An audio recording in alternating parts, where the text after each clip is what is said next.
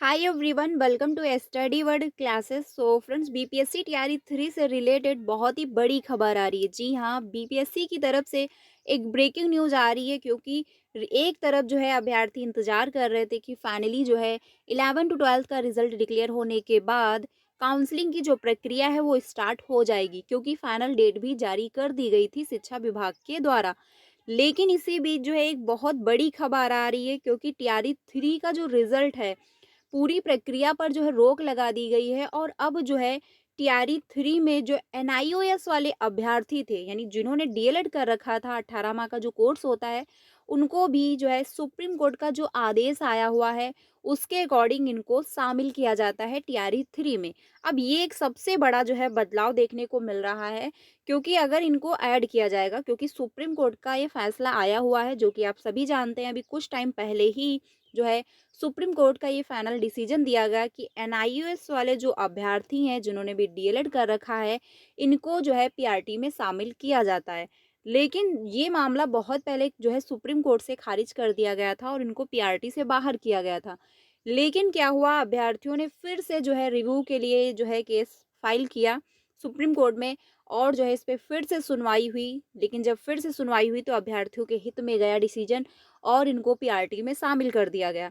अब इसी बीच जो है ये टीआरई 3 पर जो है इसका असर देखने को मिल रहा है, और बताया ये जा रहा है कि टीआरई 3 में जो है एनआईओएस वाले जो अभ्यर्थी हैं इनको शामिल किया जा रहा है।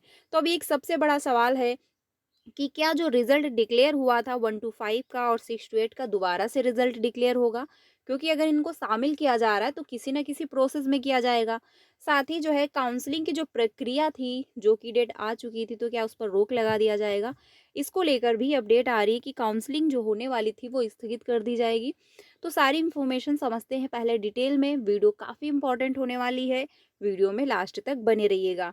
अगर बात की जाए, यहाँ पर आप देख सकते हैं अपडेट ये देखने को मिल रही है कि सुप्रीम कोर्ट ने जो है एनआईओएस डीएलएड कैंडिडेट को टीआरई 3 के लिए 23/12/2024 से होने वाली डीवी यानी काउंसलिंग के लिए जो है अलाउ किया है, यानी कि इनको ऐड कर दिया है।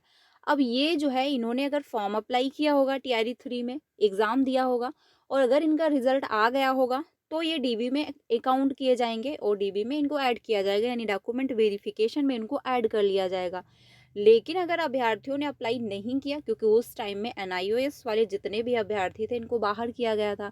ये तो अभी कुछ टाइम पहले, यानी 4 से 5 दिन हो गए होंगे या फिर 1 वीक हुआ होगा, जब जो अपडेट ये देखने को मिली, सुप्रीम कोर्ट का ये फैसला आया कि इनको ऐड किया जाता है पीआरटी में। अब ऐसे सिचुएशन में अगर इनको ऐड किया जाता है और अभ्यर्थियों ने अप्लाई किया होगा और अगर उनका नाम है, तो उनको जो है डॉक्यूमेंट वेरिफिकेशन में ऐड कर लिया जाएगा। हालांकि बिहार सरकार चाहे तो एनआईओएस डीएलएड कैंडिडेट की परीक्षा आयोजित करके डीवी में बुला सकती है, यानी कि अगर गवर्नमेंट चाहे तो उनको फिर से फॉर्म अप्लाई करवा कर और एग्ज़ाम करवा के जो है काउंसलिंग जब होगी तो उसमें ऐड कर सकती है। तो देखिए, एक सबसे बड़ा ये बदलाव अब देखने को मिल रहा है। अब इसमें क्या होगा ये तो डिपेंड करता है प्रशासन पर ही, यानी कि जो विभाग है उन्हीं पे डिपेंड करता है कि वो क्या करना चाह रहे हैं, इनको ऐड करेंगे तो, क्योंकि अगर ऐड अब किया जा रहा है तो ये जो भर्ती प्रक्रिया होने वाली थी इस पर फिर से रोक लगा दी जाएगी और ये लंबा प्रोसेस चलेगा। लेकिन अगर इनको ऐड नहीं किया जाता है तो ये आपकी जो भर्ती प्रक्रिया थी ये जनवरी में जाके कंप्लीट हो जाती। अब ये एक सबसे बड़ा बदलाव है, क्योंकि सुप्रीम कोर्ट का एक फाइनल डिसीजन है, और सुप्रीम कोर्ट का जो फाइनल डिसीजन होता है वो सभी को मानना होता है। और ये सच है कि एनआईओएस वाले जितने भी डीएलएड के अभ्यर्थी हैं उनको पीआरटी में शामिल किया जा रहा है। अब इसमें क्या अपडेट आता है, जो भी इंफॉर्मेशन आएगी आपको इन्फॉर्म कर दिया जाएगा। अब जो भी होता है, यानी अगर डीवी में इनको शामिल किया जाता है तो आखिर किस आधार पर इनको डीवी में शामिल किया जाएगा, क्योंकि अगर इन्होंने एग्ज़ाम दे रखा होता और इनका रिजल्ट आया हुआ होता तो इनको आपको जो है डॉक्यूमेंट वेरिफिकेशन में आप ऐड कर सकते थे। लेकिन अगर इन्होंने पेपर नहीं दिया है, रिजल्ट में नाम नहीं है, तो ये कौन सी कंडीशन में इनको अप्लाई किया जाए, कौन सी कंडीशन में इनको ऐड किया जाए। तो फिलहाल जो है यही अपडेट है कि इनको ऐड किया जा रहा है। साथ ही आप जानते हैं कि डॉक्यूमेंट वेरिफिकेशन की जो डेट थी वो कैंसिल कर दी गई थी, इसके पहले जो आई हुई थी, और अब जो है नई डेट दी गई है, जिसमें बताया ये जा रहा है कि सबसे इम्पोर्टेंट है कि पीआरटी का रिज़ल्ट, क्योंकि पीआरटी का रिज़ल्ट अभी तक डिक्लेयर नहीं हो पाया है और रिज़ल्ट की जो डेट बताई जा रही है वो ये है कि 27 से 29 दिसंबर के बीच अब जारी होगा रिज़ल्ट। यानी कि जो आपका रिज़ल्ट है वो 27 से 29 दिसंबर के बीच में देखने को मिलेगा। तो आप जानते हैं कि ये बीपीएससी है, यानी बिहार में बहुत सारी डेटें दी जाती हैं कि इस डेट को रिज़ल्ट आएगा, लेकिन फाइनल डेट जो दी जाती है उस डेट को कभी भी रिज़ल्ट देखने को नहीं मिला है। तो आप यही उम्मीद करिए कि लास्ट दिसंबर तक यानी 31 दिसंबर तक आपको रिज़ल्ट देखने को मिलेगा। रीज़न ये भी है कि जो है बहुत सारी सब्जेक्ट हैं, यानी 58 सब्जेक्ट हैं जिसका रिज़ल्ट बीपीएससी को डिक्लेयर करना है, तो ऐसी सिचुएशन में टाइम लगेगा, ठीक है? तो 31 तक जो है रिज़ल्ट जारी कर दिया जाएगा। साथ ही जो है टीआरई जो 1 से लेके जो है 10th तक के सभी अभ्यर्थियों को इंतज़ार करना होगा। रीज़न ये है कि अभी 11 टू 12th का रिज़ल्ट डिक्लेयर नहीं हो पाया है, और जब तक रिज़ल्ट डिक्लेयर नहीं होगा तब तक काउंसलिंग की जो प्रक्रिया है वो स्टार्ट नहीं होगी। और अब एक नया पेज फिर से फंस गया है कि एनआईओएस वाले जितने अभ्यर्थी हैं उनको शामिल किया जाए। अब ये मामला वैसे भी डिले हो रहा था क्योंकि टीआरई 3 बहुत ज़्यादा डिले हुआ है।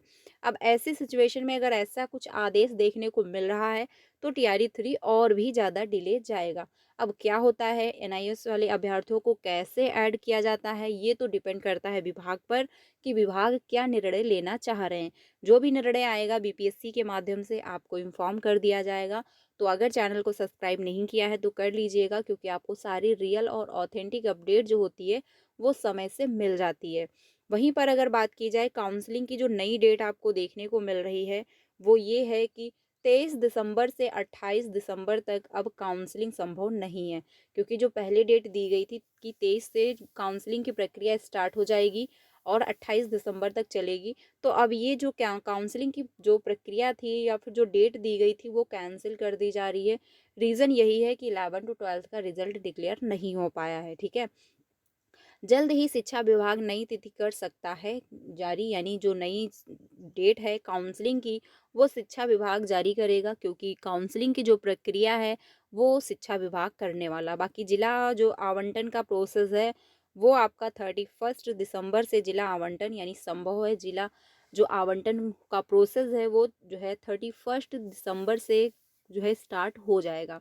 अब ये तो डेट दे दी गई है, लेकिन अब एनआईएस वाला जो मामला फंसा पड़ा है, अब इसमें डिले हो जाएगा टीआरई 3 का, क्योंकि सारा प्रोसेस गड़बड़ाएगा। अगर एनआईएस वाले अभ्यर्थियों को ऐड किया जाएगा तो उसी हिसाब से सारी प्रक्रिया जो है फिर से स्टार्ट करनी पड़ेगी। अब क्या होता है, जो भी होगा प्रशासन के द्वारा जो भी ऑफिशियल अपडेट आ जाएगा आपको इन्फॉर्म किया जाएगा, क्योंकि एनआईएस वाले जो अभ्यर्थी हैं इनको 1 वीक पहले ही आई थिंक मुझे लगता है सुप्रीम कोर्ट से डिसीजन दिया गया था कि इनको पीआरटी में शामिल किया जाता है। अब एनआईओएस वाले जितने भी अभ्यर्थी हैं इनको हर जगह, क्योंकि अदर स्टेट में भी अप्लाई कर सकते हैं, अगर इनका सीटेट पेपर 2 क्वालीफाई होगा तो भी अप्लाई कर लेंगे, अगर 1 क्वालीफाई है तो भी अप्लाई कर पाएंगे। तो ऐसी सिचुएशन में यही है कि अगर ये अदर स्टेट में भी अप्लाई करना चाहे तो कर सकते हैं, उनको 1 टू 5 में 6 टू 8 में भी ऐड किया जा रहा है। तो अब ये मामला काफ़ी जो है टीआरई 3 पर इसका असर देखने को मिल रहा है। रीज़न ये है कि जो है सुप्रीम कोर्ट का डिसीजन आया हुआ है और जो कि सभी को फॉलो करना पड़ता है। अब क्या होगा, जो भी होगा आपको इन्फॉर्म किया जाएगा, लेकिन फ़िलहाल अब अभ्यर्थी यही मांग कर रहे हैं कि एनआईएस वाले जितने भी डीएलएड के अभ्यर्थी हैं उनको परीक्षा आयोजित करवा के फिर जो है डीवी में ऐड किया जाए। तो ये कोई इतना आसान नहीं है कि पेपर जो है डेट अनाउंस की जाए, फिर एग्ज़ाम पहले फॉर्म अप्लाई किए जाएँ, फिर एग्ज़ाम हो, फिर रिज़ल्ट आए, फिर डीवी में शामिल किया जाए। तो टीआरई 3 के जो जो क्वालीफाई अभ्यर्थी हैं उनको बहुत लंबा जो है इंतज़ार करना पड़ेगा। अब देखिए क्या होता है, जो भी होगा आपको इन्फॉर्म किया जाएगा, लेकिन फ़िलहाल टीआरई 3 में जो है फिर से एक रुकावट आई हुई है, क्योंकि टीआरई 3 वैसे भी बहुत ज़्यादा डिले हुआ और उसके बाद जब ये सारे मामले सामने आ रहे हैं तो इसकी जो प्रक्रिया थी वो और भी ज़्यादा डिले हो जाएगी। फ़िलहाल अपडेट है, बाकी अगर कोई अपडेट आता है तो आपको इन्फॉर्म किया जाएगा। वीडियो अच्छी लगी हो तो प्लीज़ लाइक कर दीजिएगा। बाकी सीटेट का जो है पेपर हो चुका है, ठीक है? जिसकी फाइनल आंसर की आपको 31 दिसंबर को देखने को मिल जाएगी। तो चैनल के साथ बने रहिएगा। नेक्स्ट सीटेट की प्रिपरेशन करने के लिए हम लोग बहुत जल्द क्लासेस कंटिन्यू करेंगे, यानी ऑफिशियल आंसर की और रिजल्ट के आने के जस्ट बाद हम लोग क्लासेस कंटिन्यू कर देंगे। तो वीडियो अच्छी लगी तो लाइक करिएगा, बाकी अपने सारे फ्रेंड को शेयर कर दीजिएगा। कोई भी ऑफिशियल अपडेट आता है तो आपको इन्फॉर्म किया जाएगा। मिलते हैं नेक्स्ट वीडियो में। Thank you.